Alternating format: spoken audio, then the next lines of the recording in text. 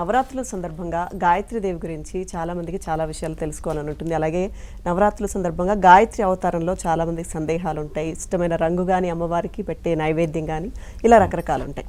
అసలు వీటన్నింటికన్నా ముందు గాయత్రీదేవిని వేదమాత అని ఎందుకంటారు? యో వేదాదౌ స్వరః ప్రోక్తో వేదాంతే చ ప్రతిష్ఠితః తస్య ప్రకృతిలీనస్య యత్పరః స మహేశ్వరః. చాలా చక్కటి ప్రశ్న అమ్మ. ప్రతి వాళ్ళు తెలుసుకోవాల్సినటువంటి ప్రశ్న. ఈ గాయత్రి ఋగ్వేదంలో నుంచి వచ్చినటువంటి మంత్రము.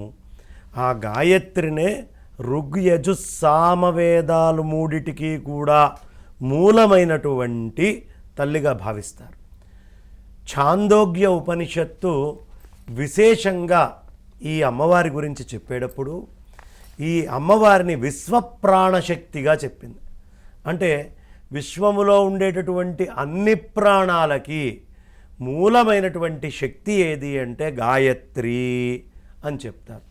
ఇంకా విశేషం ఏమిటంటే గాయత్రి వేదజనని అని శంఖస్మృతి చాలా విశేషంగా చెప్తోంది. ఆ గాయత్రి అమ్మవారే సమస్తమైనటువంటి వేదాలకి తల్లి. ఆమె సమస్త పాపనాశిని, అన్ని రకాలైనటువంటి పాపాలని తీసివేస్తుంది అని చెప్తున్నారు. దీనిని ఒక్కదాన్ని వర్ణించుకోవడానికి వేదజనని అని ఎందుకంటారు అనేదాన్ని ఒక 10 రోజుల పాటు రోజు 2 గంటలు చెప్పినా పూర్ణంగా న్యాయం చేయలేం. అంత అద్భుతమైనటువంటి అంశమమ్మ. ఎలా అంటే ఈ విశ్వంలో ఉండేటటువంటి అన్నిటికీ ప్రతి ఒక్క చైతన్యపూర్వకమైనటువంటి శబ్దశక్తికి, శబ్దరాశికి, శబ్ద భాండాగారానికి ఓంకారం మూలము. అంటే ఆ ఓంకార ప్రణవమే ఈ గాయత్రి.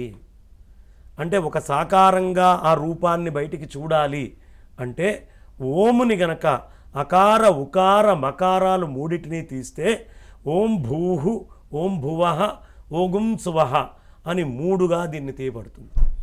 ఈ ప్రపంచంలో 3 ఉన్నాయి. 1 కర్మకాండ, 2 ఉపాసనాకాండ, 3 జ్ఞానకాండ.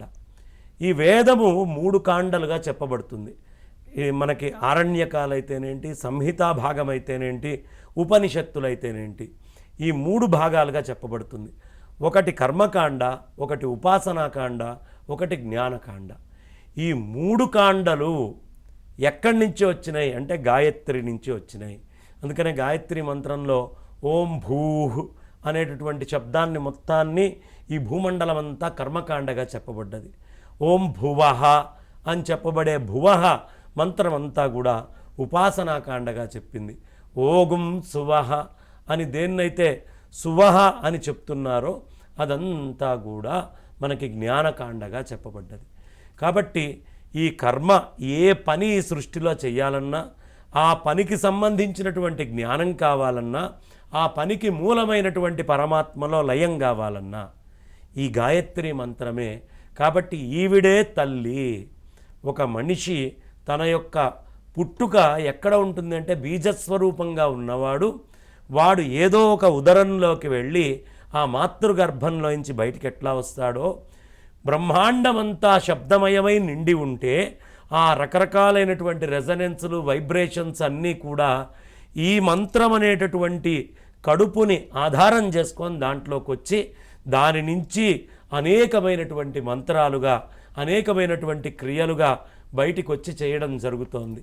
కాబట్టి ఈ వేదమాతని ఆ అద్భుతమైనటువంటి శబ్దముతో ప్రయోగం చేస్తాము మనం. గాయత్రే వేదమాత, వేదమాతే గాయత్రి అంటానికి గల కారణం అదమ్మా.